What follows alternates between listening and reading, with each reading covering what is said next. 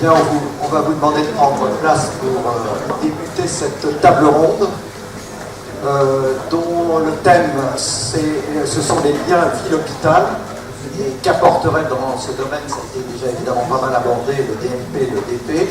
Alors je remercie d'abord Jean Callot et Philippe Bordenex de m'avoir invité à animer cette table ronde. Et l'animateur sera essentiellement M. Borbarel, qui est le président de l'AEG. Alors, on a un panel extrêmement complet d'orateurs prestigieux. Olivier Véran, qui est notre député de l'Isère et qui a été en plus rapporteur de la loi de santé au Parlement, qui est vraiment très très bien placé. Monsieur Perra, qui est du laboratoire de biologie de Oria, du RUCEP pour l'hospitalisation privée. Madame Jacqueline Hubert, donc la directeure générale du CHU de Grenoble. Monsieur Berthagne, pharmacien d'officine. Monsieur Leicher, qui est président du syndicat FG France. Jean-Michel Herter, qui est médecin généraliste et responsable aussi de certains systèmes. Philippe Auguin, directeur innovation Ardis Group. Monsieur Bastard, qui représente les usagers, mais dont on sait tous qu'il a été directeur général du CHU de Grenoble. J'ai eu plaisir à le retrouver et de le revoir ce soir. Madame Reynaud, qui est directeur des affaires institutionnelles des laboratoires Pfizer. Et puis enfin Monsieur Perrière, qui est directeur de la CPAF de l'Isère. Donc je donne tout de suite la parole à Monsieur Bournarel qui va lancer cette table ronde. Alors je vais volontairement essayer de lancer des affirmations ou des questions pour que les membres de la table ronde s'emparent de l'idée. Et certaines vont être des sortes de synthèse de ce qui s'est passé cet après-midi, brève, et d'autres vont être des questions volontairement très précises pour voir comment chacun peut s'approprier ou les rejeter. Alors, d'abord, je suis physicien, vous le savez. Je trouve que ce qui se passe sur le DMP et ce qui s'est passé aujourd'hui est très symptomatique de ce qu'on appelle un système complexe. C'est-à-dire que quand on veut faire avancer un problème dans un système complexe, le mieux c'est d'arrêter de penser que les solutions vont être causales ou mécanistes. C'est-à-dire on essaie ça, puis ça va induire ça, puis ça va induire ça, puis ça va induire ça. Et qu'à partir d'un certain degré de complexité, la seule arme pour arriver à innover, à créer, c'est la communication et c'est les gens. Et après, les gens vont être très très riches pour inventer des choses géniales qu'il était absolument impossible d'imaginer au départ. Donc je trouve que le projet qu'on appelle le DMP, le DPP, est très représentatif de ça. Le nombre des acteurs, dans les acteurs il y a les patients, est assez extraordinaire. Ils sont localisés dans des échantillons qui sont souvent pas très connectés, ignorant que je suis au regard de l'extérieur. Et en fait, on lance un projet qui finalement, en termes, quand on fait une stratégie de projet, on fait un bilan. Je trouve que le bilan, pour moi qui suis à l'extérieur, je n'ai pas trouvé que le bilan était très clair. C'est-à-dire que je découvre tous les jours depuis 6 ans des acteurs nouveaux. Bon, je ne suis pas un spécialiste de la santé, c'est normal. Et après, l'objectif principal ne m'a pas semblé être un objectif qui était clairement formulé par tout le monde, et certainement pas par les divers patients, médecins et autres. Ils n'ont pas certainement eu le même objectif. Mais alors, l'objectif très concret, du genre je veux que dans un an j'ai tel résultat, voilà, franchement, je ne l'ai pas vu souvent arriver. Donc, on est dans un système très intéressant, puisqu'on est dans un système très complexe, avec une multitude d'acteurs, avec un projet qui ne semble pas forcément défini, et moi j'ai une certitude, ces systèmes n'arrivent à trouver une solution que si on fait interagir tous les éléments du système. Donc je vais vous poser une question pour lancer le débat. Pensez-vous qu'on peut définir quand même, et c'est de la provocation, que l'objectif est d'améliorer la santé globale de tous les usagers au meilleur coût, et en développant l'interaction, est-ce qu'on a vraiment, d'abord, dans un premier temps, besoin de l'informatique?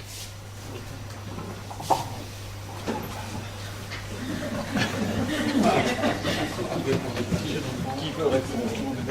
Je répondrai à ma façon, comme les gens de CEVE, mais allez-y. Donc Philippe Auguin, Société Ardis Group. Donc nous, on est une entreprise de services numériques.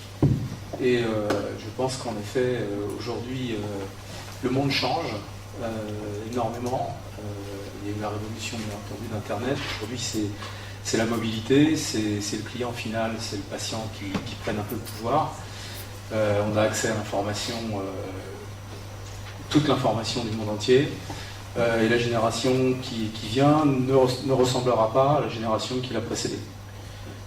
Donc elle est génétiquement hybridée avec les technologies de l'information et on ne pourra pas faire marche arrière. Donc je pense qu'effectivement l'informatique est là, il faut faire avec et ça peut être vu aussi positivement, ça va permettre de faire plein de choses fantastiques.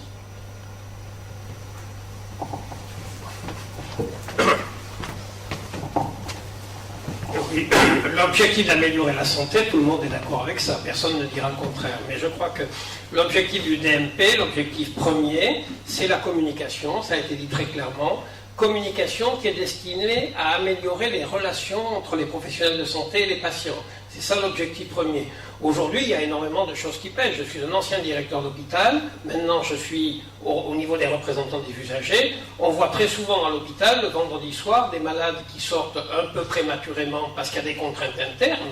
On ne les fait pas sortir pour se faire plaisir à l'hôpital. Il y a le week-end qui arrive, il y a les lits qui ne sont pas disponibles, il y a les urgences qui vont être là. Ces patients sortent prématurément. Leur organisation à l'extérieur et leur prise en charge à l'extérieur n'est pas organisée. Si le DMP était là, ce serait plus facile pour le médecin traitant, qui de toute façon, je le rappelle, n'est pas disponible le samedi et le dimanche, quand le patient sort le vendredi soir, c'est quand même une des contraintes du système actuel. Le DMP faciliterait les choses. Le médecin qui aurait à prendre ce patient-là, qui serait peut-être une structure collective comme SOS Médecins, comme une chose comme ça, aurait à ce moment-là des informations. Donc ça serait de toute façon un plus, me semble-t-il. Gilbert Taille, donc pharmacien d'officine à Vif, 38. Pour répondre à votre question qui est à double étage, la première question c'était est-ce que c'est dans l'intérêt du patient? Donc je ne parlerai que du DP puisque on est concerné, nous, pharmaciens d'officine, que par le DP. C'est un outil effectivement qui est fait dans l'intérêt du patient, c'est pour éviter les phénomènes de redondance et donc d'interaction médicamenteuse. Pardon, plus près. Ah, on a l'habitude de parler dans un micro. Donc je disais que l'intérêt du DP au niveau de l'officine, c'est vraiment fait dans l'intérêt du patient pour détecter des interactions, des phénomènes de redondance, puisque ça met en commun toutes les officines de France, et donc on a l'historique complet du patient sur les 4 derniers mois.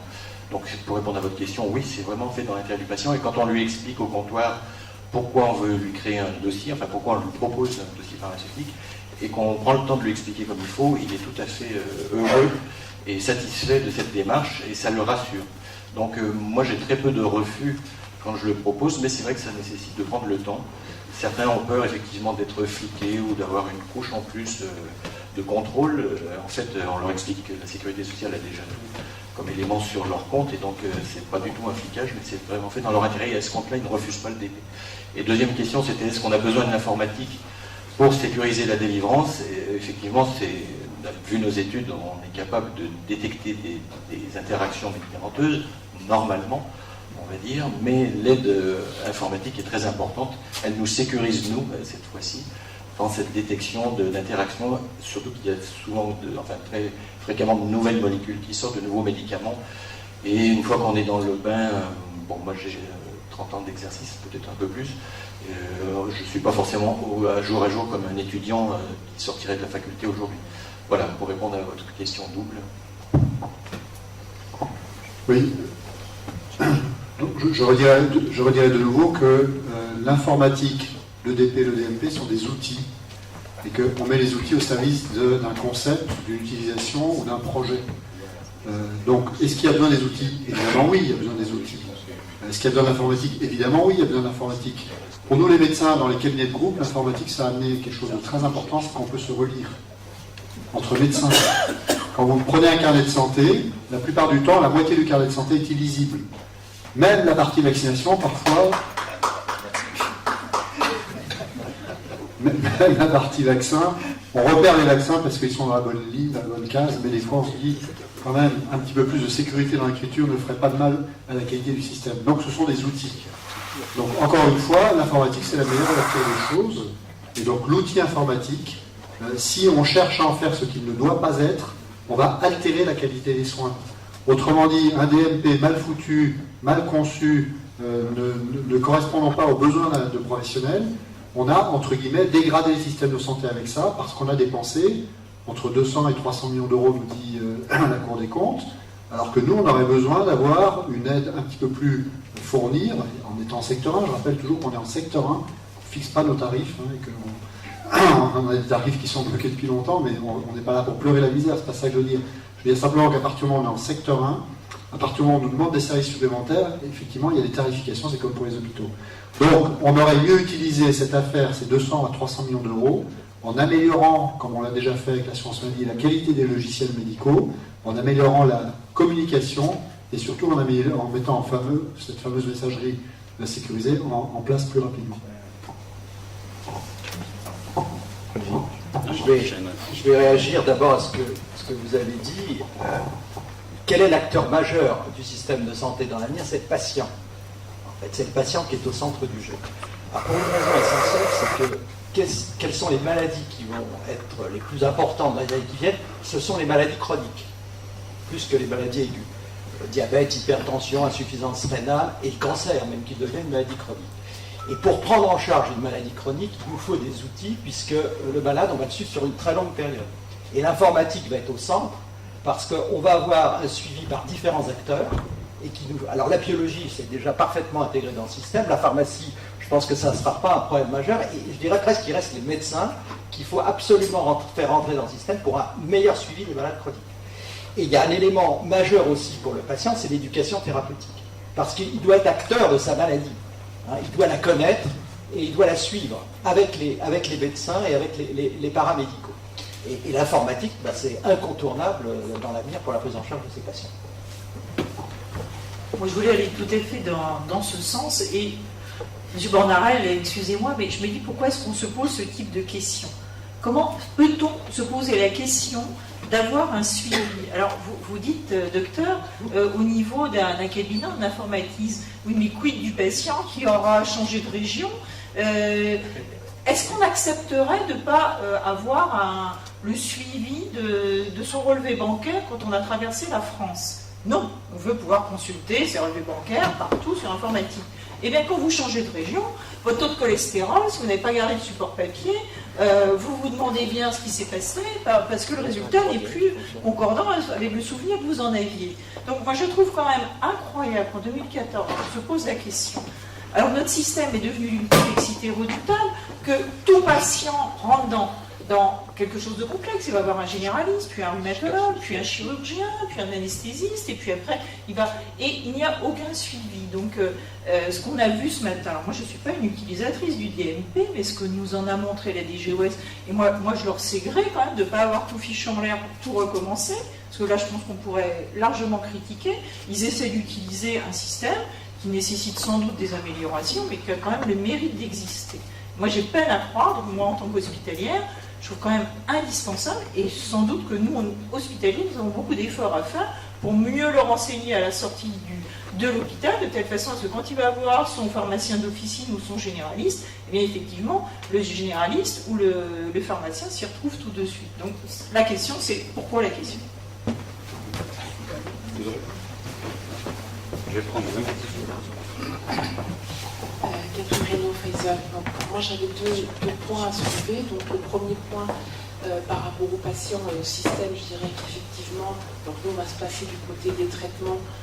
Je suis entièrement d'accord avec tout ce qui a été dit, c'est une meilleure utilisation des traitements, une meilleure gestion des effets secondaires, un meilleur suivi. Il y a une étude IMS qui est sortie hier et qui montre que le DMP et le DP vont favoriser une meilleure observance au traitement, et on a bien entendu dans un certain nombre d'études que ça avait un effet sur le système en termes d'efficience. Et mon deuxième point, ce serait là aussi de me dire, mais finalement, pourquoi on se pose cette question-là? Parce qu'il y a d'autres acteurs donc, qui sont pas là, mais qu'on entend par ailleurs. Je vais donner l'exemple de Microsoft, qui nous fait part de ses réflexions sur la santé connectée et les capteurs qui vont mettre sous la peau, qui seront reliés. Alors, je ne vais pas parler des problèmes éthiques, et puis c'est pas encore en place, mais on se dit quand même des capteurs qui vont donner l'état de notre santé qui va être envoyé à un centre médical et qu'est-ce qu'on en fait. Donc du coup, évidemment qu'on en a besoin de tout ça, et évidemment que c'est bon pour le patient et le système. Monsieur, je vais juste rajouter un mot sur le domaine qui est le mien, le domaine hospitalier. Je suis d'accord pour dire qu'il y a 18 millions d'entrées dans le secteur hospitalier et 300 pour les consultations des généralistes, mais la phase aiguë est une phase essentielle. Et souvent, avant et après, on n'est plus tout à fait le même en tant que patient. Et je pense que dans ce domaine-là, le monde hospitalier a des dossiers constitués, riches d'informations, mais pas encore optimisés. Et la phase d'informatisation de ces dossiers mériterait un progrès considérable, qui est en phase, qui est en cours, mais on n'est pas encore totalement abouti, parce que si on arrivait à donner un dossier bien structuré à un patient qui déjà le sait, a le droit de le faire communiquer dans son intégralité, et d'ailleurs ça pose aucun problème aux établissements de leur adresser, mais souvent c'est un paquet comme ça qu'on lui adresse. Et donc là on aurait peut-être en tant qu'hospitalier à travailler sur le contenu ou la forme d'information qu'on va transmettre aux usagers, sous une forme un peu plus structurée, un peu plus facile à lire, facile à comprendre aussi, pour l'aider dans sa démarche. Et à partir de là, on pourrait très facilement, parce qu'on sait qu'il y a une demande qui nous est faite qui est un peu complémentaire, c'est la suivi en ville. Évidemment que si on envoie tout le dossier d'hospitalisation au médecin généraliste, il va nous dire c'est pas utile, c'est pas ce que j'ai demandé. Ce que je demande, c'est une feuille de sortie avec un certain nombre de choses, les prescriptions et ce qui a pu se passer auparavant. Là encore, je pense que le monde hospitalier a un travail à faire particulier pour améliorer ça. Et si la ministre l'évoque en disant je veux exiger la feuille de sortie, c'est que sans doute il y a un malaise chez nous pour qu'on ne le transmette pas dans le délai et que c'est encore le malade qui porte sa feuille ou qui porte sa lettre. Je pense que dans les années futures, le monde hospitalier, qui est quand même un monde important dans lequel on dialogue, si déjà on améliorait, nous, la transmission des dossiers dans nos échanges, quand un malade est transféré, et ça se fait maintenant avec fluidité, je dirais, le CHU de Grenoble reçoit des patients des établissements privés. Et inversement, on renvoie dans les établissements privés, mais les dossiers ne suivent pas toujours au même rythme que le patient. Je pense que là, déjà, on aurait fait un grand pas en ce qui concerne la transmission d'informations. Ça s'appelle la messagerie et ça ne s'appelle pas le dossier. Non, peut-être, mais au moins, on aurait structuré quelque chose qui serait utile au patient, puisque lui, après, il aurait le choix de nous dire « envoyez-moi mon dossier, ce dossier est quand même de qualité ». La deuxième chose par rapport à ce que vous avez dit, c'est je ne crois pas qu'il faille faire jouer dans le DMP ou dans le DP un rôle sur le financement. Le financement, c'est autre chose. Aujourd'hui, les établissements de santé le savent, on a une allocation de ressources. On n'a pas vraiment quelque chose qui est déterminé sur nos coûts ou sur nos prestations. On est forfaitisé sur nos pathologies, sans déterminer vraiment si c'est un forfait qui est équilibré, déficitaire, excédentaire. Ça se détermine, mais de façon aléatoire. Et je ne suis pas sûr d'ailleurs que les médecins généralistes soient dans la même configuration. Une consultation, qu'elle dure 1 heure ou qu'elle dure un quart d'heure, est payée le même prix. Donc c'est une modalité d'allocation de ressources. Bien évidemment, c'est aux gens qui tiennent la caisse de les définir avec des incitatifs à faire ou à ne pas faire. C'est un autre sujet pour moi, la recherche d'économie, que le dossier médical. Si on mélange les deux, on va tuer encore toute réflexion sur la transmission d'informations entre les acteurs. Sur le sujet informatique et santé, le sujet est trop vaste et nous sommes trop nombreux autour de cette table ronde pour l'aborder convenablement. L'informatique est partout. La question, c'est est-ce qu'il faut créer et provoquer l'usage ou répondre à la demande. Et quand on parle d'informatique et santé, il faut s'entendre. On a aujourd'hui un dispositif pharmaceutique, dossier pharmaceutique qui existe, qui est bien établi sur le territoire. L'ordre des pharmaciens a bien œuvré. Les pharmaciens d'officine se sont inscrits dans le dispositif. Il y a 99% bientôt des pharmacies d'officine qui en sont équipées. Mais quel est l'usage aujourd'hui? Qu'est-ce que ça apporte aux patients quand on sait que pour l'instant les médecins n'y ont pas nécessairement accès? Moi je travaille par exemple sur cette question-là. Est-ce qu'il est souhaitable, possible, dans quelles conditions rendre l'accès au DP possible pour les médecins? On peut parler du carnet de vaccination électronique, qui est un sujet qui va être testé en Rhône-Alpes dans le cadre des territoires de santé numérique. Évidemment la question du DNP, puisque le DNP2 qui est à nouveau partagé puis personnel, dont on sait peu de choses aujourd'hui, si ce n'est que c'est la CNAM qui va le piloter et qui va plutôt répondre à l'objectif d'améliorer la coordination, donc de répondre à des besoins de coordination pour les professionnels, que de répondre à l'outil pour l'usager, même s'il y aura une place importante accordée à l'usager, mais c'est une question aussi tout à fait importante. Et puis l'informatique en santé, je suis encore un peu médecin hospitalier, je n'envisage plus aujourd'hui une consultation à l'hôpital sans ouvrir mon dossier Opium pour la prescription des médicaments, Stade pour aller prescrire mes examens biologiques, Cristanet pour aller voir les résultats, GestDiag, etc., qui va me permettre de voir la totalité des consultations qui ont été faites au cours des semaines, des mois et des années précédentes à l'hôpital. D'ailleurs, ça pose un problème. Il y a des études qui ont montré que plus on informatise, moins on passe de temps avec le malade et moins le patient sort rassuré de la consultation. Donc il ne faut pas virer le temps humain pour le remplacer par le temps informatique. Je veux dire, quand j'étais interne en neurologie vasculaire, on faisait la visite avec un ordinateur portable, et donc on faisait tout, on prescrivait, etc. Et un jour, il y a un patient qui m'appelait Dr Dell. Je me suis demandé pourquoi, effectivement, c'était marqué en gros Dell. Donc c'était ironique, évidemment, de sa part, mais ça veut dire quand même qu'il faut faire attention de ne pas perdre l'humain derrière l'informatique. Donc il faut qu'on réponde à un besoin pour les professionnels. Il y a évidemment un enjeu de coordination, il y a évidemment un enjeu de réduction des délais de communication entre les professionnels, mais qu'on ne dise pas que demain, un courrier sortira tapé ou sur une clé USB de l'hôpital pour aller mettre chez le médecin généraliste. L'outil d'écriture, c'est extrêmement complexe.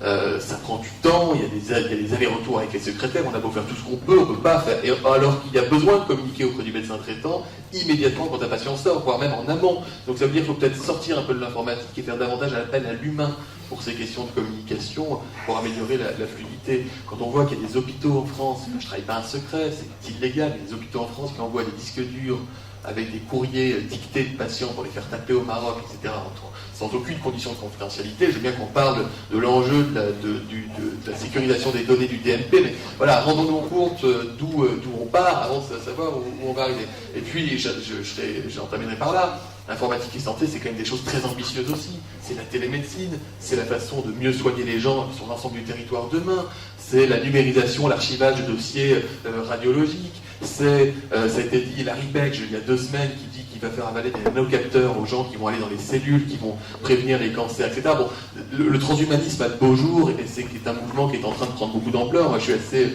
assez vigilant par rapport à ça, mais je disais, sous le ton du boutade à midi, est-ce qu'on aura découvert par l'informatique les clés de l'immortalité pour les humains avant ou après d'avoir mis au point le DMP? Ok, voilà, je vous remercie. Vous imaginez bien qu'un physicien, vous savez que c'est des physiciens qui ont inventé le net, était à peu près convaincu du résultat, mais il fallait bien vous faire exploser. Moi, ce qui m'a frappé dans cette journée, c'est quand même le nombre d'initiatives de santé, l'initiative, pardon, de logiciels informatiques qui ont été créés. Il y a le DP, c'est dommage, les médecins n'ont pas accès au DP. Pour moi, je dis, c'est pas vrai, ils le font exprès. Les généralistes ont aussi leur objet. Et donc, vu de l'extérieur, on dit, bon, ils le font exprès, quoi. Au temps où on se connecte si facilement, ils font exprès chacun de créer quelque chose dans leur coin.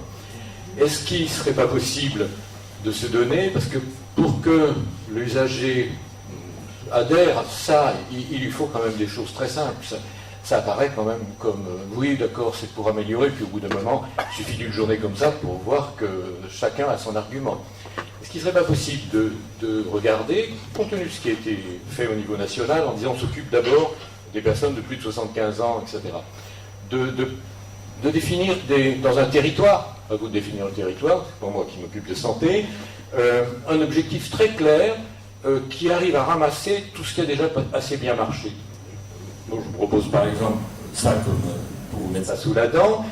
Les pharmaciens avec le DP ont fait un vrai succès qui est technologique en même temps que tout à fait au-delà du technologique. On est dans un pays, les gens mangent du médicament d'une manière complètement folle, c'est le record du monde, et on est dans un pays où quand même la concentration de personnes qui arrivent à l'hôpital avec des accidents médicamenteux est quand même tout à fait normal et coûteux pour tout le monde, y compris en premier les personnes. Pourquoi on ne dit pas je vais définir tel territoire où on est à peu près tous d'accord et on fait une grosse publicité là-dessus et on se donne comme objectif qu'en 1 an, parce que le DP c'est en 4 mois, on va diviser par 10 le nombre de personnes de plus de 75 ans qui rentrent à l'hôpital pour des raisons d'incompatibilité médicamenteuse. On va faire ça avec le DMP. Pardon, monsieur. Et ma question naïve, c'est vous voulez qu'on fasse ça avec le DMP? Non. Ah bon? Non, je veux que tous ces gens qui ont... Non, vous êtes déjà tous assez armés dans vos clubs. Si vous avez écouté, il y a eu une espèce de glissement sémantique où on est parti du dossier du DMP, on a fini par parler du dossier de l'hôpital, puis ensuite du dossier de l'hôpital, on est passé à la messagerie, c'est-à-dire la fonction de communication. Donc, si vous voulez que je branche mon rasoir électrique qui marche en 220 volts sur une prise de 380 volts, vous pouvez me raconter les choses comme vous voulez, je ne la brancherai pas sur une prise de 380 volts parce que ça ne me sert à rien. Moi, ce dont j'ai besoin, c'est une synthèse médicale en sortie de l'hôpital. J'en ai besoin au moment où le patient sort, j'en ai pas besoin 2 mois après. Et l'hospitalier a besoin d'une synthèse médicale de l'état actuel du patient, du problème qui est posé pour lequel je l'envoie à l'hôpital, et donc éventuellement des éléments sur les médicaments. Et donc, les fonctions dont nous parlons, dont le DMP serait un des outils, il faudrait d'abord se mettre d'accord sur les fonctions, qui tient les fonctions, et de ce que j'ai entendu M. Véran m'expliquer, c'est que le médecin à l'hôpital, quand le patient sort, il doit faire une synthèse du dossier. Et moi, ce qui m'intéresse, c'est pas d'avoir le dossier de l'hôpital. Ça ne m'intéresse pas qu'on verse le dossier de l'hôpital dans le DMP. J'irai sûrement pas regarder. Par contre, la synthèse faite par le médecin hospitalier, celle-là, je vais la lire. Et je vais en implémenter une petite partie, dans la synthèse du volet médical synthèse du patient, que je réadresserai au prochain médecin hospitalier, parce qu'il y aura un autre problème qui nécessitera de nouveau une hospitalisation. Donc, de nouveau, ne confondons pas les fonctions et les outils. Non, moi j'ai essayé de vous faire définir un objectif qui obligeait tout le monde à discuter sur un sujet très concret. Je vois que ça marche pas. Je rebondis sur ce que vous avez dit, parce qu'il y a un mot qu'il faut un peu bannir, c'est l'exhaustivité dans ce domaine. Et c'est vrai que nous, alors là, je parle en tant qu'enseignant, on essaye d'apprendre à nos internes qui préparent les lettres de sortie, de faire des courriers d'une seule page d'une part, et de ne pas faire 3 pages, parce que je pense, sauf cas exceptionnel, on n'a absolument pas besoin de 3 pages. Et les éléments dont on a toujours besoin, vous et nous, c'est les principaux antécédents, c'est évidemment le traitement, parce qu'on n'a pas abordé, on a abordé la iatrogénie, les interactions médicamenteuses, et finalement c'est le diagnostic essentiel et les quelques examens complémentaires qui ont été faits. Et là, nous, on a un rôle en tant qu'hospitalo-universitaire, clairement auprès de nos internes qui préparent les courriers de nos chefs de clinique, qui n'ont pas au départ cette maîtrise-là, c'est de les préparer à ça. C'est un excellent exercice, ça, de les préparer à un courrier de synthèse d'une page, donc ça rejoint ce que vous dites. Totalement d'accord avec ce que vous avez dit. Il faut bannir l'exhaustivité. Ça ne sert à rien. Oui. Je vais vous reparler d'un exemple, Cardiovergne, qui correspond tout à fait, monsieur, à ce que vous venez de définir. Je suis, en tant que représentant des usagers, le secrétaire général d'un groupement de coopération sanitaire, donc c'est l'ARS qui a imposé cette forme juridique, qui s'appelle Cardiovergne. Nous traitons des patients insuffisants cardiaques graves, qui ont tous été hospitalisés dans les structures privées ou publiques de l'Auvergne. Donc grâce à ce système-là, un système de télésurveillance avec un serveur, avec une société qui travaille avec nous, qui s'appelle Almeris, qui est une filiale d'Orange, nous avons divisé de manière énorme la mortalité. Les patients insuffisants cardiaques graves, la première année de leur décompensation, ont, d'après la littérature, nous dit le professeur Cassagne, un taux de mortalité de 35%. Après 2 ans de fonctionnement de notre système de télésuivi, la mortalité dans notre groupe de 850 patients, c'est pas rien, est tombée à 12,5%. Alors nous ne disons pas que nous allons dans la durée garder ce taux-là, mais à l'évidence, il y a quelque chose d'important qui a été fait. Ces patients insuffisants cardiaques, après leur première décompensation, dans la littérature, il est dit, toujours d'après le professeur Cassagne, qu'ils sont réhospitalisés 2 ou 3 fois dans la première année qui suit leur hospitalisation. Pour des raisons diverses sur lesquelles on pourra reparler, nous avons divisé ces réhospitalisations par 3, donc des économies énormes. Nous sommes financés par l'ARS de manière expérimentale, ça coûte 380 000 € pour financer nos moyens, un médecin, 2 infirmières, une secrétaire, des choses de ce type-là. Nous versons quelques honoraires aux professionnels libéraux, puisque nous faisons du télésuivi, mais ce sont les professionnels de terrain qui font le contact avec le patient. Et nous avons des difficultés parce que l'ARS nous a dit « je vous finance le fonctionnement, mais je ne peux pas vous financer les investissements ». Nous sommes allés à la recherche. Alors les investissements, c'est quoi? Il faut acheter une balance, parce que le suivi de ces patients, ils prennent du poids, ils absorbent de l'eau et du sel, et on suit de manière très précise l'évolution de leur poids, ce qui fait que dès qu'il y a une évolution dans la pathologie, avant même qu'ils en ressentent le besoin, on intervient, on leur téléphone, on appelle leur cardiologue, on appelle leur médecin généraliste. Donc les équipements, c'est cette balance couplée à un transmetteur qui envoie tous les jours le poids de ses patients, le suivant sur un système. Ce sont des smartphones que nous avons achetés aux 850 infirmières qui sont dans notre réseau, dans lesquels nous avons mis un petit logiciel que nous a fait Almeris. L'infirmière va au domicile du patient suivant une programmation qui a été faite par notre système et elle saisit de manière simple, il y a 3 items identiques à la veille, plus graves ou moins graves, et donc ces items arrivent directement dans notre système, on reçoit la... Donc ça existe, mais le DMP reste très utile malgré cela, parce que nous avons été obligés de faire ce qu'on pourrait appeler un dossier de spécialité. Ce dossier de spécialité, il faut le remplir avec des informations qui au départ émanent de la structure hospitalière, puisque c'est là qu'on saisit en quelque sorte le patient, et tous les établissements, qu'ils soient publics ou privés, du CHU au centre hospitalier aux cliniques, nous ont dit, nous on travaille avec vous, mais on ne vous rentre rien dans votre dossier, on est débordé. Donc on envoie nos médecins dans les établissements recopier les données. Il faut que j'arrête ça. Non, c'est le système. Donc, ça fonctionne parfaitement. Mais si le DMP était là, on transvaserait directement du DMP dans notre système le dossier de base du patient, nous aurions une grande économie de fonctionnement, et ce que nous souhaiterions, nous, c'est que nos éléments très spécialisés qui sont dans notre dossier puissent eux-mêmes basculer dans le DMP ou dans un dossier qui sera accroché au DMP, pour que tous les professionnels de santé puissent en bénéficier. Donc ce sont des choses qui existent, mais on a du mal à le dupliquer. Moi, je voulais faire une remarque sur ce que vous aviez évoqué en disant pourquoi pas prendre un territoire et faire une expérimentation. On a un vrai problème au plan de notre pays. On a soit une décision nationale qui tente de s'imposer au plan local, soit des expérimentations au plan local qui n'arrivent pas à se généraliser au plan national. Et c'est la grosse difficulté, monsieur le parlementaire. Je pense que tu vas répondre. Mais on le voit bien, et c'est basé, moi je pense que fondamentalement il y a un problème dans la confiance en l'autre. C'est-à-dire que les professionnels de santé et le dialogue avec le ministère, c'est un problème de confiance, d'abord. Je suis professionnel de santé, on est tous professionnels de santé, on peut nous faire confiance pour dire sur ce territoire-là, faites-nous des propositions, regardez déjà tout ce qui existe, on l'a vu, hein, plein de choses, vous l'avez évoqué, pourquoi pas l'expérience d'Auvergne se généraliser au Rhône-Alpes, par exemple, ou puis ensuite, par phénomène répétitif, de l'élargir. On ne sait pas faire ça. On ne sait pas faire, et du coup, on remultiplie des expérimentations sur des expérimentations.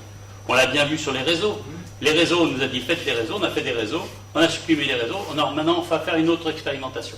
Donc il y a une vie en région qui est une vie d'expérimentation répétée et une vie nationale qui est une vie réglementaire répétée. Et donc ça ne peut pas se marier. Et dans le système du DMP et le système qu'on évoque, c'est un espèce de dialogue de sourds. Sur le terrain, on dit on est prêt à prendre des initiatives, on est prêt à faire des choses. Au national, on nous dit mais non, mais ça ne peut pas marcher, il faudrait que je vous dise ce que vous avez à faire et on va vous guider sur ce chemin-là. Et ça ne marche pas. Donc c'est la question que vous posez, elle est clé. Comment faire jouer le local et le national? Je pense qu'Olivier a envie de compléter. Eh bien, c'est bien. Voilà, Jean-Loup, tu es en train de nous dire que la France est un état jacobin. Le ton de la chaise. Non, mais il est mixte en fait. Il est non, pas mais si tu as raison. Il est très difficile de faire remonter, généraliser des expérimentations de territoire lorsqu'elles ont fonctionné. Il est très difficile aussi, même je vais aller plus loin que toi, de pérenniser des expérimentations qui fonctionnent mais qui n'ont plus de crédit puisque, au bout d'un moment, l'expérimentation s'essouffle. Donc c'est très dur. Il faut savoir que le mode expérimental, c'est aussi un procédé législatif bien connu qui permet de faire passer des amendements, donc de faire des réformes structurelles sans faire nécessairement peur à tous les acteurs. J'en ai fait passer un la semaine dernière au Parlement sur les hôtels hospitaliers. Vous ne pouvez pas le généraliser, donc on l'expérimente. Mais c'est une expérimentation qui durera dans le temps. Sur cette question-là, il y a quand même un arbitrage fort de la part de la ministre. Bah oui, c'est une bonne mesure. Il y a un arbitrage fort de la ministre qui a dit « je confie le bébé à la CNAM ». Et on a un président de CPM qui est ici. La CNAM a quand même un atout phénoménal, c'est que c'est une formidable force de frappe. Frappe un peu fort, me dira Claude Lécher par moment, mais une force de frappe quand même. C'est-à-dire qu'il y a une possibilité de répondre à un schéma organisationnel intéressant. Alors je vous parle, je suis incapable de vous dire si la CNAM mettra en place un schéma national ou si elle va développer des expérimentations par territoire. Il existe des territoires au sein desquels des expérimentations ont été conduites. Alors là, c'est sur le sujet dont vous parlez, sur la cardio, il y a des sujets en gériatrie qui existent. Grenoble a quand même inventé la médecine à domicile avec Agiradom, qui a créé les premières assistances respiratoires. C'est un professeur bien connu de la maison qui a créé ça, qui a donné lieu ensuite à une généralisation, etc. Donc on peut aller vers des généralisations de dispositifs qui fonctionnent. En Isère, on va tester par exemple chez les personnes âgées le maintien à domicile prolongé via Autonomadom, qui est une expérimentation départementale, mais qui s'appelle un projet national. C'est-à-dire que si ça fonctionne, sa vocation est généralisée. Donc tout n'est pas si blanc si noir, même si, je le constate bien volontiers, on a parfois des problèmes et des plus grandes difficultés à retenir ce qui fonctionne. Mais c'est même pas qu'un problème français. On te dira dans l'humanitaire que tu voyais à Haïti, après le tremblement de terre, où tu avais une dizaine d'ONG qui s'articulaient sur le territoire haïtien, et ils ne travaillaient pas ensemble, il y avait des trucs qui fonctionnaient dans un village qui ne fonctionnaient pas dans l'autre, ils n'apprennent pas suffisamment les uns des autres. De façon générale, on a du mal à faire la synthèse de ce qui a fonctionné pour pouvoir le généraliser. Et du coup, on apprend mal de nos erreurs. C'est une fonction de l'État, la synthèse. Monsieur ? On s'est un petit peu éloigné. Pardon. Moi, je voulais revenir sur les hospitalisations dues à des problèmes de iatrogénie.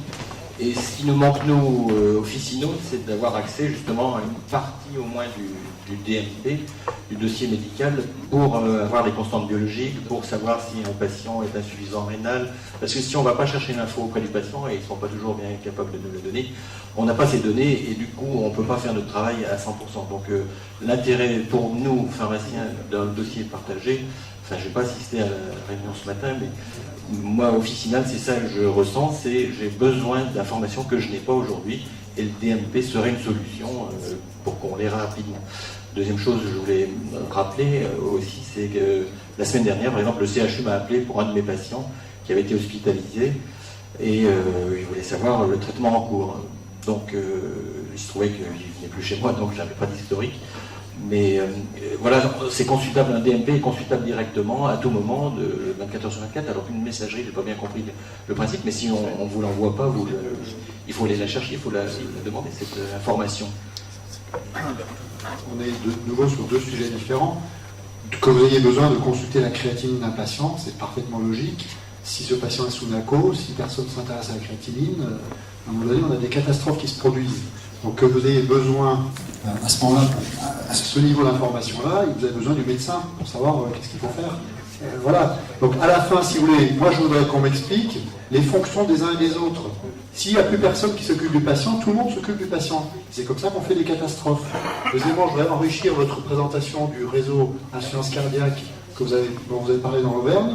Nous avons fait exactement la même chose que vous, ça s'appelle le réseau Azalée, ça s'occupe de l'insuffisance cardiaque, des balances connectées à domicile, ça s'occupe aussi du diabète, et si par hasard le patient est diabétique et insuffisant cardiaque, ça s'occupe non plus du diabète ou de l'insuffisance cardiaque, mais ça s'occupe du patient. C'est-à-dire que je voudrais quand même qu'on rappelle que la médecine a été morcelée de façon très productive grâce au CHU, on a appris plein de choses, on a fait plein de choses intéressantes. Et maintenant on dit qu'il faut refaire une synthèse en mettant tout ça ensemble parce qu'on ne s'occupe pas d'un diabétique, on ne s'occupe pas d'un insuffisant cardiaque, on s'occupe d'un patient qui parfois en plus a un cancer, parfois en plus il a un Parkinson, et à la fin tout le monde se dit, bon, finalement quelle est la priorité pour ce patient? Donc on interroge le patient, lui demandant comment il va et quelle est sa priorité. Et tout ça c'est le boulot d'un médecin généraliste. Alors si vous vous posez des questions par rapport à tel ou tel élément de la vie médicale d'un patient, interrogez donc son médecin traitant. Alors oui, c'est vrai, on n'est pas toujours tout le temps là, c'est vrai. On nous accuse maintenant aussi de ne pas être là le dimanche. Non, mais c'est vrai. Et puis on nous oblige maintenant même à arrêter les systèmes de garde. Je veux dire, moi, par rapport à il y a 25 ans, des fois, je me dis, je rêve. Quoi. Les ARS disent qu'il faut arrêter la garde en nuit profonde dans toute la région Rhône-Alpes. Et nous, on dit, mais non, monsieur le directeur, il ne faut pas arrêter partout, parce qu'à tel et tel moment, il ne faut pas. Autrement dit, les fonctions dans un système de santé, il faut quand même s'y intéresser. Il n'y a pas que de la cardiologie, il y a de la diabétologie ou de la pédiatrie, il y a aussi de la médecine d'une personne qui est en face de vous, qui vous demande de privilégier telle priorité plutôt que telle autre. Et c'est à ce moment-là que vous avez besoin d'un dossier professionnel tenu par le médecin. Le DMP ne répond pas aux besoins du médecin. Il répond à un autre besoin qui était un besoin politique à un moment donné, que je comprends parfaitement, qui était que les usagers disaient « nous voulons gérer nous-mêmes le dossier qui est notre dossier, qui s'appelle le DMP ». Donc nous devons, nous les professionnels, tenir un dossier professionnel, et à côté nous avons cet objet non identifié qui s'appelle le DMP, qui ne nous rend aucun service à nous. Voilà, à nous les médecins traitants. Après, on me dit il faut faire de la communication, je suis d'accord. Après, on me dit en faisant la créatinine, je comprends. Donc répondons aux besoins du pharmacien qui a besoin de créatinine. Et moi, j'ai besoin, mais j'ai aussi accès à l'historique des remboursements de l'assurance maladie. Et là, c'est pas 4 mois de traitement que j'ai, c'est 1 an de médicaments remboursés. Pas seulement de médicaments pris, mais de médicaments remboursés. Donc vous voyez, tout le monde veut faire tout sur tous les patients. On aboutit à une espèce de maelstrom dans laquelle la population nous dit on en a un peu marre, on revient vous voir parce qu'il y a au moins 5 ou 6 personnes qui sont venues nous voir pour nous expliquer là il faut faire ci, là il faut faire ci, là il faut faire ça. On en a marre parce que c'est pas ce qu'on veut nous. Donc on revient vous voir, vous, médecins traitants, médecins généralistes, pour savoir qu'est-ce que nous devons faire de notre santé. Monsieur... Vas-y, je vais poser la question à Monsieur Pereire. Ça va apporter quoi que ce soit l'assurance maladie qui s'en occupe? Alors moi je vais rebondir sur la phrase de Monsieur le député. Et vous avez parlé de la formidable force de frappe de l'assurance maladie. Et je crois que vous avez vu juste, parce que l'assurance maladie est sûrement l'organisme qui a les moyens informatiques qui n'existent nulle part ailleurs. Nous avons des téléservices, parce que je pense que c'est à travers les téléservices que le dossier médical va pouvoir se développer. Nous mettons à disposition de notre public aujourd'hui, de nos assurés, il faut savoir que 15 millions d'assurés aujourd'hui ont un compte Amélie. C'est considérable, c'est unique. Il n'y a pas un pays qui ait autant d'adhérents à un dispositif de cette nature. Et vous avez déjà, et je pense que nombre d'entre vous qui sont dans cette salle ont déjà leur compte Amélie, et vous avez à travers votre compte Amélie toute une série d'informations que l'on sait vous donner, que ce soit pour l'assuré, on sait les donner également au médecin, puisque ce matin ça a été rappelé que le médecin peut savoir les prescriptions qui ont été données pour tel ou tel patient. Donc c'est dire que nous avons des outils qui seront à mettre au service justement du déploiement du dossier médical. Et je pense que un des bons choix de cette loi, et je ne prêche pas pour ma paroisse, c'est pas du tout ça, c'est le fait d'avoir bien compris que c'est l'assurance maladie qui a les moyens, qui a le plus de moyens à mettre en œuvre. Donc, ça ne veut pas dire qu'on doit être seul à piloter ça, ça veut dire que nous avons ces moyens et que nous pouvons accélérer le processus. Et pour répondre à M. Bordaret, moi je pense aussi qu'il faudrait effectivement fixer des échéances, parce que tant qu'on n'a pas d'échéance, on n'avance pas. Alors il y a une chose quand même, un petit bémol dans tout ce qui a été dit, c'est qu'aujourd'hui, c'est vrai, la loi va confier à l'assurance maladie, à travers la convention d'objectifs et de gestion qui a été signée au mois d'août, c'est récent, et vous savez qu'au niveau de la Caisse nationale d'assurance maladie, il y a actuellement le changement de directeur, donc ça veut dire que nous sommes dans une période transitoire qui ne va pas durer, mais je pense que dès 2015, on va avoir des initiatives en la matière. Moi, pour ma part, je suis persuadé que ça va être un développement national, pas seulement peut-être une heure d'expérimentation au départ, et je pense qu'on va partir. Je pense qu'on va partir quand même sur une opération nationale à travers nos dispositifs tels qu'Amélie. Monsieur. Je voulais justement presque poser une question à l'assurance maladie, parce que c'est presque une rupture historique ce qui est en train de se passer sur l'assurance maladie. Parce que historiquement, l'assurance sociale était sur je suis un payeur et je respecte l'anonymisation et l'historique des pathologies de mes assurés pour éviter la sélection des risques, pour éviter un certain nombre de choses. Le fait que maintenant elle ait l'accès au dossier médical personnel, ça rompt cette anonymisation. Donc c'est une évolution considérable par rapport à depuis 1945. Jamais l'assurance maladie était en possibilité d'avoir une information aussi précise sur les pathologies. Non mais ça ne me gêne pas, sur les ALD, oui, mais l'assurance maladie pas dans le détail, pas dans le détail. Mais c'est une évolution. J'en discutais avec Fragonard, qui lui était plutôt fermé en disant c'est quelque chose qu'il faut éviter. La deuxième chose, c'est vrai que l'assurance maladie, moi je rêve, mais c'est un rêve, que ma carte Sésame Vital me serve à autre chose que de la promener dans mon portefeuille sans pouvoir l'utiliser autrement. J'aimerais d'abord qu'elle soit bleue, parce que si elle était bleue, c'est une carte européenne et plus qu'une carte verte qui me sert qu'au territoire national. Je pourrais circuler librement en Europe. J'aimerais qu'elle ait des informations sur mes consommations, par exemple, santé, que je puisse savoir ce que j'ai consommé dans l'année, en particulier sur ma pathologie, sur mes soins demandés au médecin ou en hospitalisation. Et puis, éventuellement, qu'elle commence à constituer mon dossier médical Si elle pouvait me l'apporter, ça m'éviterait à moi d'aller chercher des informations. Si c'est cette évolution, alors là, oui, ça valait le coup de passer à l'assurance maladie. Et je pense que c'est ce qu'on espère tous, c'est que l'assurance maladie aille de l'avant, parce que comme vous l'avez rappelé, c'est sans doute elle qui, techniquement, a les plus gros moyens pour le réaliser.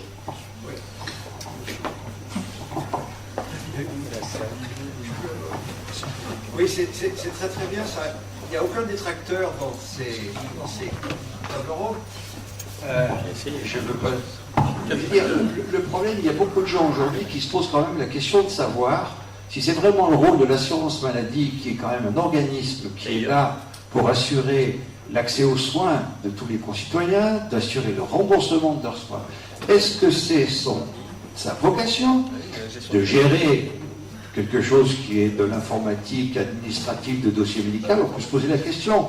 D'autres aussi, M. Perrière, vous le savez très très bien aujourd'hui, se demandent aussi si c'est vraiment votre job à vous, les assureurs de la sécurité sociale, de faire de la médecine à travers Frado, Sofia et compagnie. Vous savez qu'il y a un gros débat. Et je terminerai là pour ne pas être trop provocant, parce que c'est mon habitude, c'est qu'on ne peut pas passer en perte des profits la crise actuelle, la crise de confiance terrible des professionnels de santé envers les caisses d'assurance maladie à travers les conventions. Donc moi, quand j'ai appris qu'on vous donnait le bébé du dossier médical, je dis c'est peut-être techniquement, informatiquement, c'est bien, ils ont de l'argent, ils ont des systèmes, mais alors, l'accueil de la nouvelle du DMP gérée par la caisse d'assurance maladie, franchement, c'est une erreur psychologique du gouvernement, une erreur majeure. Je peux rajouter une chose. Une seule chose. Oui. Si vous pouvez en même temps, mais vous allez le faire certainement, bien situer la jonction, comment vous la voyez évoluer entre quelqu'un qui a créé un outil informatique pour le médecin de ville et par rapport à l'hôpital. Je vois la question. Je sais que vous voyez la question.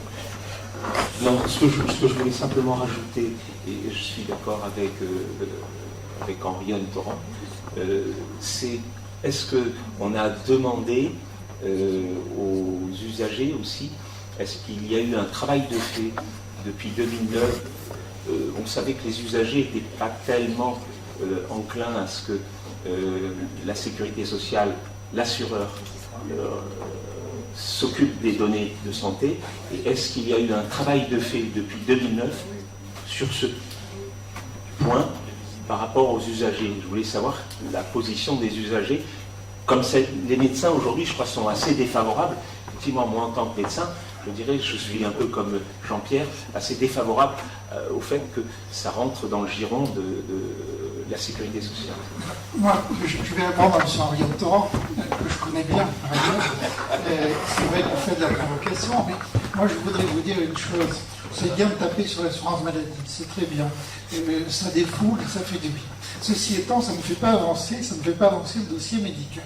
Et je vais rappeler certaines choses. C'est que souvent, on a mêlé les problèmes conventionnels, les problèmes de négociation qui étaient difficiles, et souvent ça a bloqué le déploiement de nouveaux outils.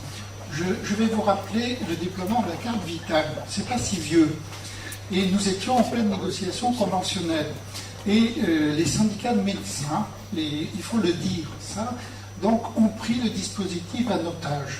On nous a raconté les pires choses, qu'on allait faire le travail des employés de la Sécu, qu'on allait licencier. On nous a dit ça, mais vraiment partout, dans toutes les réunions. Et puis, lorsqu'on regarde 10 ans après, 15 ans après, voilà, les mêmes médecins qui sont venus finalement sur Vital, il ne faudrait pas marcher arrière. Alors, donc, je voudrais que pour le dossier médical, on ne fasse pas les mêmes erreurs. Je pense que ce qu'il faut, c'est mettre la barre pas aussi haut que ce que j'entends là. Je pense qu'il faut partir sur des problèmes simples, il faut partir avec ceux qui existent déjà. On a parlé du dossier pharmacien qui marche bien. Peut-être on a des connexions à faire avec ceux qui existent aujourd'hui. Et je pense qu'il ne faut pas vouloir aller trop vite. Il ne faut pas surtout vouloir prendre les assureurs d'otage parce que là aussi, si le premier dispositif n'a pas marché, c'est une des raisons pour lesquelles ça n'a pas marché, c'est qu'on en a fait un dossier médical personnel, propriété de l'assuré. Et à partir de là, on nous a dit, il y a le secret médical, on ne veut pas le déployer. Et c'était le point de départ. Ce matin, je l'ai rappelé, nous avions le carnet de santé qui était le carnet papier. Ça a été dit tout à l'heure. Ça ne pouvait pas marcher, c'était trop lourd. Et ça a été rappelé. Comment voulez-vous que le carnet puisse être rempli de façon efficace par un médecin? Comment voulez-vous que l'assuré, les personnes âgées, si utilisaient le carnet de santé papier, mais à part elles, très peu. Je crois qu'on a fait des essais avec des clés USB. Là aussi, c'est voué à l'échec, on le sait bien. Alors je pense que là aussi, il faut qu'on définisse, j'allais dire, un périmètre qui soit suffisamment étroit, qui permette donc à chacun d'avancer, mais il ne faut pas mettre la barre très haut. Si on veut aller... j'ai entendu beaucoup de propositions. C'est vrai que l'informatique permet de faire des choses merveilleuses. Attendons, commençons par mettre le dossier médical. Je pense que dans ce que j'ai vu dans la loi qui arrive, il y a des choses intéressantes parce que on est en train de cibler certaines populations, les maladies chroniques, les personnes âgées. Ce sont ceux-là qui sont les premiers consommateurs. Ce sont ceux-là qu'il faut cibler et c'est avec eux qu'on va avancer. Et puis un dernier point sur l'assurance maladie. C'est vrai qu'on a dit que fait l'assurance maladie là-dedans? Elle s'occupe de ceux qui ne le regardent pas. Alors c'est vrai que pendant longtemps, on a été des payeurs aveugles. Hein, des payeurs aveugles, on payait n'importe quoi. Hein, et je dis bien n'importe quoi. Aujourd'hui, et heureusement, depuis 20 ans, on a progressé, on a su coder les actes, on sait suivre les activités, et c'est normal. C'est normal parce que c'est l'ensemble des assurés qui financent, il ne faut pas l'oublier, ça aussi, et donc nous devons bien, nous aussi, regarder les dépenses. Si le dossier médical demain permet d'éviter certains examens, ça sera de l'économie pour l'assurance maladie, et finalement, ce sont des économies pour tout le monde, hein, pour les assurés. Et donc, ça aussi, je crois qu'il faut le rappeler. Alors, ne tirez pas tant sur l'assurance maladie. Monsieur Basta. Alors, pour essayer de répondre à la question de monsieur sur est-ce que les usagers ont été... Parce qu'on leur a demandé leur avis sur toutes ces évolutions, que je ne sais plus qui a posé la question. Voilà. Donc, je voudrais rappeler que, historiquement, on ne demandait absolument rien aux usagers sur le fonctionnement du système de santé. C'était le ministère d'un côté et l'assurance maladie qui pilotaient cela. Il y a eu des évolutions très fortes depuis la loi Kouchner de 2002. Monsieur Kouchner a mis en place, suite aux états généraux de la santé, je ne sais pas si tout le monde connaît ça, mais on n'a pas le temps de rentrer dans le détail, ce qu'on appelle aujourd'hui la démocratie sanitaire, ou plutôt la démocratie en santé, et que grâce à cette démocratie, les représentants institutionnels des usagers ont été mis en place. Des associations d'usagers ont été agréées, elles désignent des représentants, et il y a des représentants dans toutes les instances décisionnelles, que ce soit les conférences régionales de santé, que ce soit les conseils de surveillance des établissements hospitaliers. Là où il y a encore un problème, M. Durousset, c'est que dans les établissements privés, il n'y a pas de représentants des usagers, au motif, disaient les représentants de cliniques, qu'il y a des sujets un peu confidentiels. Au conseil d'administration. Au conseil d'administration. Parce qu'il n'y a pas de conseil d'administration dans la plupart des cliniques. Il faudra en créer à ce moment-là. Enfin, il faudrait qu'il y ait une représentation des usagers dans les cliniques aussi à un niveau ou à un autre. Il y a aussi des représentants. Alors, dans ces instances, ces représentants des usagers, ils ne donnent qu'un avis. Mais c'est bien, puisqu'antérieurement, il n'y avait rien. Par leur avis, ils peuvent déjà essayer de faire évoluer les choses, puisqu'ils sont organisés, vous l'avez vu, avec des associations, des groupes de pression. Au niveau national, c'est la même chose, mais ça reste très modéré. Les représentants des usagers sont très présents dans la conférence nationale de santé qui donne son avis à Madame la ministre, mais ça n'est qu'un avis là aussi. Par contre, dans les instances de l'assurance maladie, c'est très modeste. Il y a 3 représentants des usagers dans toutes les caisses primaires d'assurance maladie de France. Ce sont les mêmes organisations qui ont été retenues partout. Le CIS en est une, il y a la FNAP et il y a les représentants des familles. Au niveau de la CNAM, c'est la même chose. Je ne sais pas quelle est l'ampleur du conseil d'administration de la CNAM. Il y a sûrement 30 ou 40 membres. Il y a 3 représentants des usagers. Donc ce n'est pas eux qui vont faire évoluer les décisions. Ça, c'est bien évident. Bien sûr. Ah si, il y a des représentants des professionnels, il y a des représentants du MEDEF, et à ce titre-là, ça peut être des représentants des médecins, il y a des représentants des syndicats, si, c'est paritaire. Est-ce que vous pouvez passer à droite pour qu'on ait une vision des systèmes des modèles biologiques? Oui, bonsoir, moi je suis biologiste. Je j'ai pas bien eu l'occasion d'intervenir parce que on a un petit peu décalé peut-être par rapport au DNP, ou disons un système qui nous permettrait d'avoir un accès, à la fois d'alimenter, d'avoir un accès à des informations médicales. Je pense que pour le côté accès aux informations médicales, ça rejoint un petit peu ce que peuvent attendre les pharmaciens d'officine. On a très souvent besoin d'informations relativement synthétiques et pas du tout dans le détail, qui nous rendent par contre un grand service et qui, de se faire rendre un grand service aux patients. Je pense en particulier, c'est dommage, mon voisin n'est plus là, mais j'aurais eu un peu peur qu'il m'attaque. Contrairement à ce qu'il peut bien vouloir dire, nous, on a quand même des plages d'activités qui sont grandes, de 7h à 19h. On est vers le samedi, on travaille le dimanche dans un système de garde. Et on est très, très, très régulièrement confronté à une information de type biologique qui peut éventuellement engager le pronostic vital du patient. Et en face de nous, on trouve personne parce que le médecin, il n'est plus là, mais c'est normal, je ne critique pas ça, mais sauf qu'on n'a personne à qui s'adresser. Alors, quand c'est vraiment très très embêtant, on se permet d'appeler le 15, on est souvent bien reçu. Par contre, il y a des tas de situations où on pourrait faire le tri, sauf qu'on n'a pas l'information.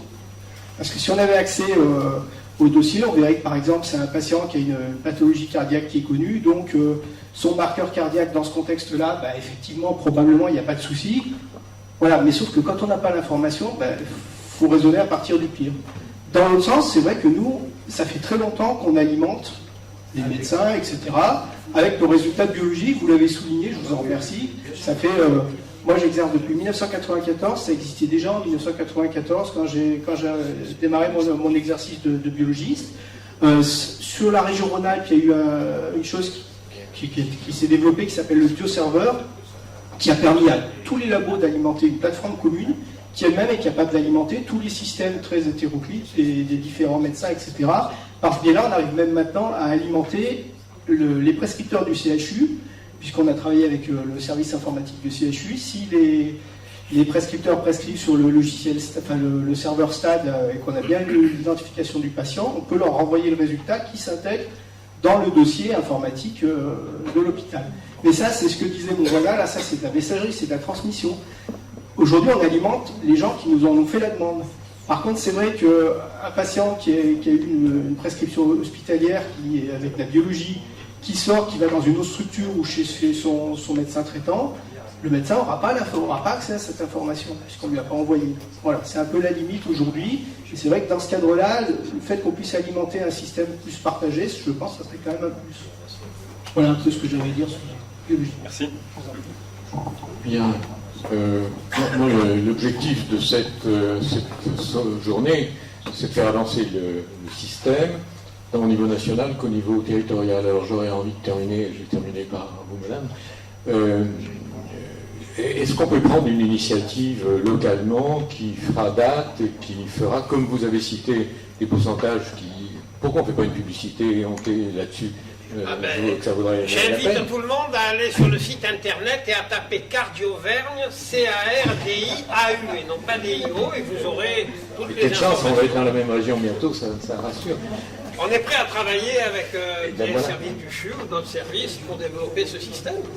Est-ce que vous voyez, donc ça va être ma dernière question, puis je vais vous laisser conclure, est-ce que vous voyez des initiatives qui, localement, je ne sais pas ce que veut dire localement, est-ce que métropole, est-ce que c'est un département, est-ce que c'est le sillon alpin, qui fassent que on arrive à changer carrément certains des résultats qui sont très déplaisants.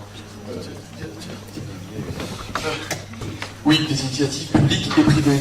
On a la chance d'avoir un représentant des laboratoires Oriane qui a une organisation absolument redoutable que j'ai découvert récemment, redoutable au sens positif du terme, avec une numérisation et un rendu des résultats via Internet. Vous travaillez avec des startups qui sont amenées à développer de la biologie à domicile. Il y a de l'innovation. Vous savez qu'on habite à Grenoble, qui est quand même le territoire d'innovation par excellence dans l'écosystème. Les choses vont généralement assez vite et assez en avance, et la santé n'échappe évidemment pas à cela. Et le numérique en santé n'échappe pas non plus à cela. Donc on a des initiatives privées, des initiatives publiques. J'ai cité tout à l'heure Autonomadome pour les personnes âgées et pour le maintien à domicile. J'ai cité tout à l'heure le territoire, le TSN, le territoire santé numérique pour lesquels la région Rhône-Alpes a été labellisée. Nous avons obtenu hier un label pour la métropole grenobloise, le label French Tech. Parmi ce label, donc des entreprises du numérique, il y a énormément d'emplois qui correspondent au secteur des technologies médicales. Medicalps, qui est un cluster qui regroupe start-up, ETI et quelques grands groupes du bassin grenoblois, c'est quand même plus de 8000 emplois, 4 milliards de chiffre d'affaires. Nous allons participer à un cluster qui s'appelle MedTech City pour faire venir davantage. Et tout ça, si vous voulez, ça crée un écosystème extrêmement favorable pour l'innovation numérique, et pour faire émerger des choses avec un partenariat public-privé, non pas pour construire des murs ou des hôpitaux, parce qu'on connaît la limite du modèle, mais plutôt pour faire avancer le système de santé. Encore une fois, répondre à des... pas forcément provoquer et créer des besoins, mais plutôt répondre à des besoins qui sont déjà identifiés, qui sont simples, qui sont multiples, et je crois que la table ronde a permis de le montrer aujourd'hui.